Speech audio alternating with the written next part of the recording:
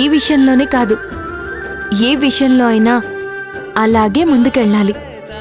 మన ప్రాబ్లమ్స్ని మనమే సాల్వ్ చేసుకోవాలి. అంతా మన మనసులోనే ఉంది. థ్యాంక్స్ పిన్ని, ఇక్కడి నుంచి నువ్వు చెప్పినట్టే వింటాం.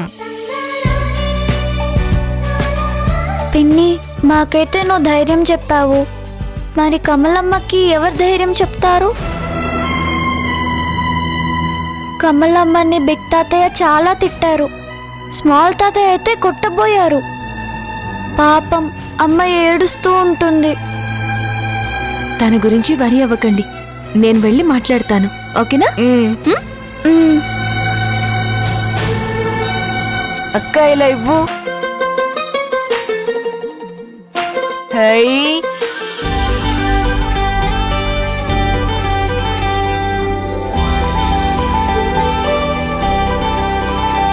అమ్మ రాణి, ఝాన్సీ అమ్మ ఏమైనా ఫోన్ చేసిందా? లేదు తాతయ్య.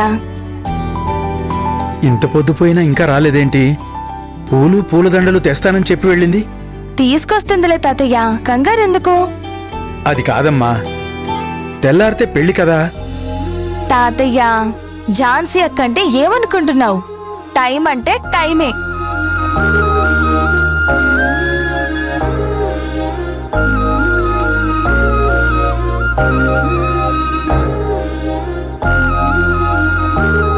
మాట అంటే మాటే.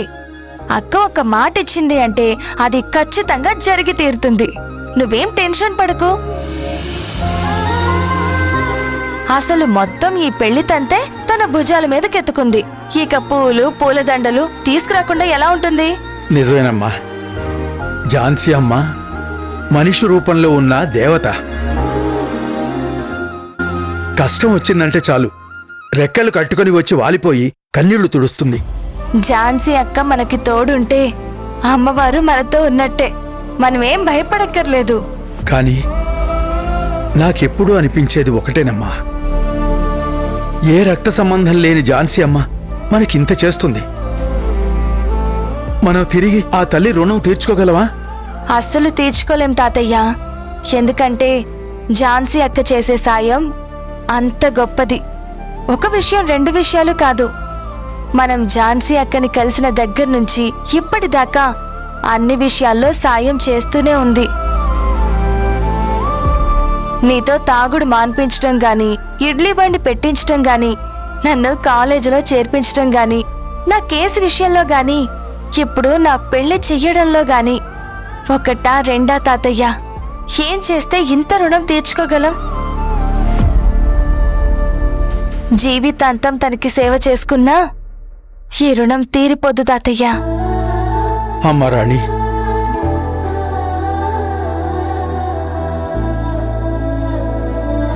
ఈ ముసలి ప్రాణం ఎప్పుడు పుట్టుకుమంటుందో తెలియదు. తాతయ్య,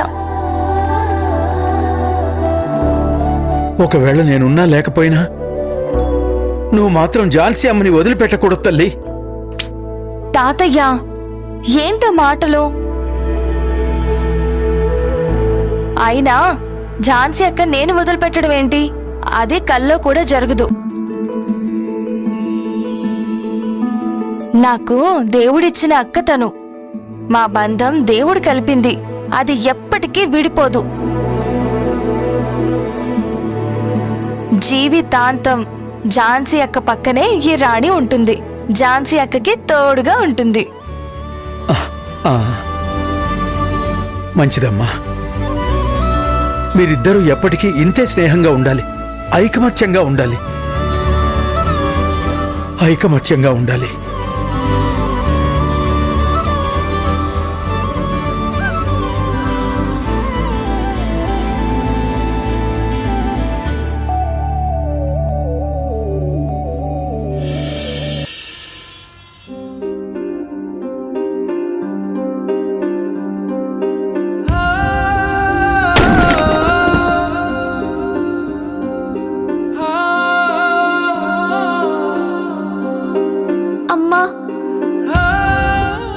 నాతో మాట్లాడొద్దు, సరేనా?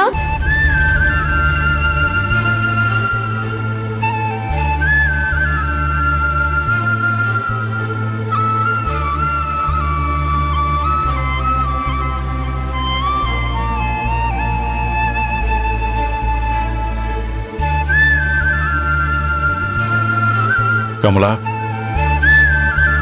ఈ జ్యూస్ తాగు. నాకొద్దండి. కోపమా?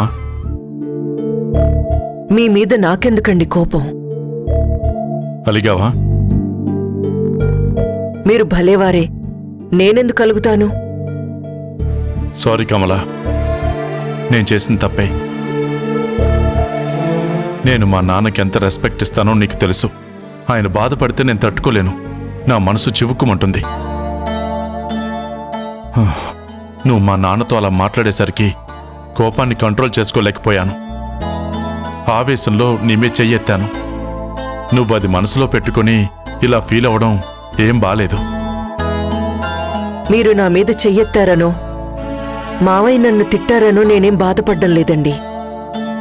పిల్లలు ఎంతో సంతోషంగా షీల్డ్ ఇస్తే దాన్ని పగలగొట్టేశారు. నాన్నకిష్టం లేని పని చెయ్యొద్దని నేను నీకు ముందు నుంచి చెప్తూనే ఉన్నాను కదా. నేను కూడా చెప్తూనే ఉన్నాను కదండి, పిల్లల విషయంలో నాకు ఆంక్షలు పెట్టొద్దని.